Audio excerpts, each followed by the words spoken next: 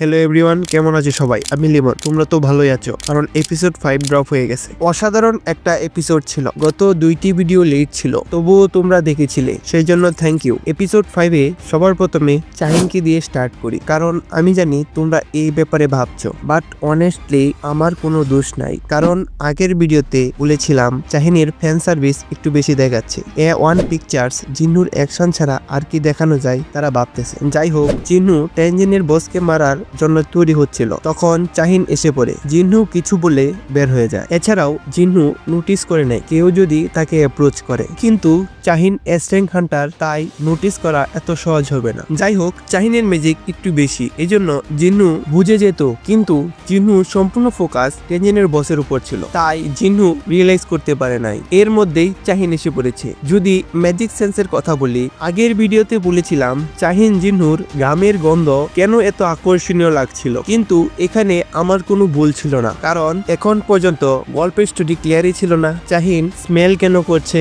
Basically একজন Hunter অন্যজন হান্টারের magic বলা যায় এনার্জি সেন্স করতে পারে, কিন্তু চাহিন এটার গন্ধ পায়। আনফরচুনেটলি এই গন্ধ অনেক খারাপ হয়, এই জন্য সে তার নাক ঢেকে রাখে যখন সে হান্টারদের সাথে থাকে। কিন্তু জিন্নুর কাছ থেকে এরকম কোনো গন্ধ আসছিল না, উল্টা সুগন্ধ আসছিল, যার কারণে রিয়েকশন কিছুটা এইরকম ছিল। যখন আমরা মুভিতে দেখি দুজন ক্রস করছে, তখন সিগন্যাল পাই এটাই সেই ছেলে বা মেয়ে। এই জন্য বলছি পারফিউম লাগানো শুরু করে দাও, কি জানি তুমিও চাহিন বা জিন্নুর মতো পেয়ে যাও, কারণ মানুষের মতবাদ উল্টা হয়ে গেছে। জিন্নু ভাবে এটা এই কারণে হতে পারে সে একজন প্লেয়ার, আগেও এই রকম হয়ে গেছে।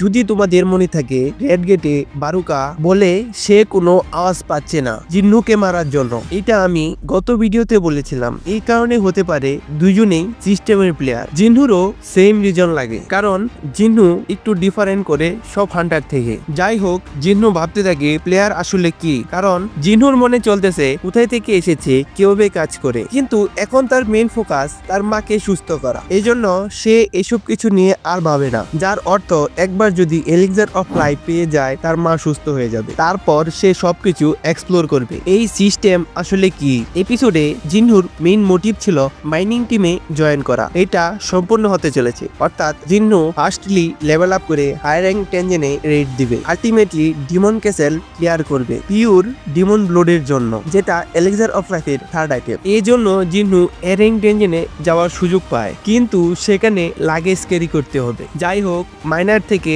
এটা ভালো, জিন্নু টেনজেন এক্সপ্লোর করতে পারবে, কিন্তু এই টেনজেন অনেক বড়, যেখানে সানকিহু টিম লিডার। সে বলে গেট বড় ঠিকই, কিন্তু ম্যাজিক এত স্ট্রং না, বেশি ভয়ানক হলে তারা আমাদের ভিতরে পাঠাতো না। কিন্তু হায়ক্স নামে একজন ম্যাজিক্যাল বিস্ট আসে, যে এ র্যাঙ্ক টেনজেনে হওয়া উচিত ছিল না, কারণ সে এত পাওয়ারফুল, আর সামনে বি র্যাঙ্ক হান্টার টিকতে পারবে না। এ র্যাঙ্ক হান্টার কষ্ট করে সামলাইতে পারছে, তারপর অ্যাটাক টিম পারবে না দেখে জিন্নু তাদের হেল্প করার জন্য আননোয়িংলি ম্যাজিক্যাল বিস্টদের উপর হামলা করে তাদের দুর্বল করে দেয়। তারপর অ্যাটাক টিম সহজেই তাদের মেরে দেয়, কারণ এখানে জিন্নু হান্টার টিমের হান্টার হিসেবে কাজ করছে না, এই জন্য ম্যাজিক্যাল বিস্টদের সে মারতে পারবে না, জাস্ট তাদের একটু হেল্প করে। কিন্তু সবাই অনুভব করছিল কিছু তো হচ্ছে, যার কারণে ম্যাজিক্যাল বিস্ট স্লো হয়ে গেছিল। এমনকি টিমের একজন মেম্বার যে ম্যাজিক কাস্টার, সে নোটিস করে ফেলছিল, কারণ জিন্নু স্কিল ইউজ করছিল, কারণ সে খুব ফাস্ট মুভ করছিল এবং সে অদৃশ্য ছিল,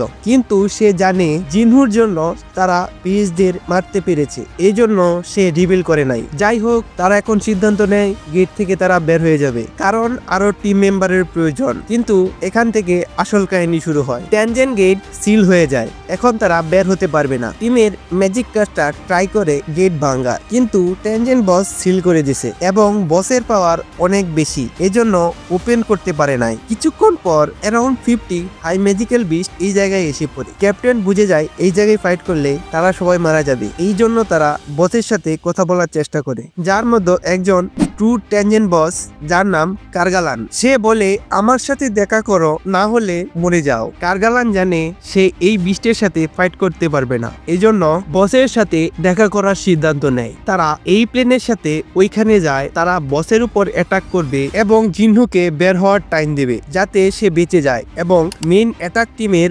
আসাল্ট টিমকে বলতে পারে। এরপরে যা হতে চলেছে সেটা হবে মাইন্ড ব্লোয়িং এন্ড ইপিক। জিন্নু তো বাহিরে যাবে না, এরা সবাই বস বসকে মারতেও পারবে না। এখন জিন্নুকেই সকল কাজ করতে হবে। যাই হোক, ফার্স্ট টাইম জিন্নু এরেং টেনজেনে বসের সাথে ফাইট করবে। আসলে এটা কি এরেং টেনজেন?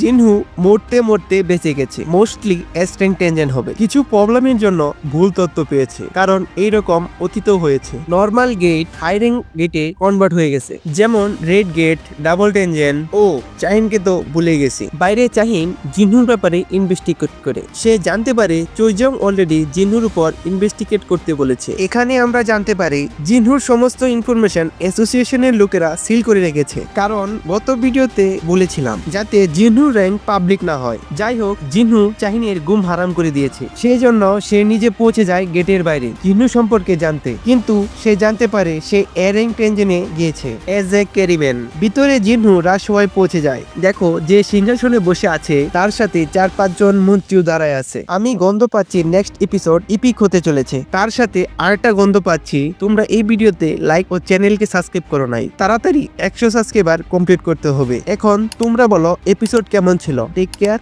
বাই।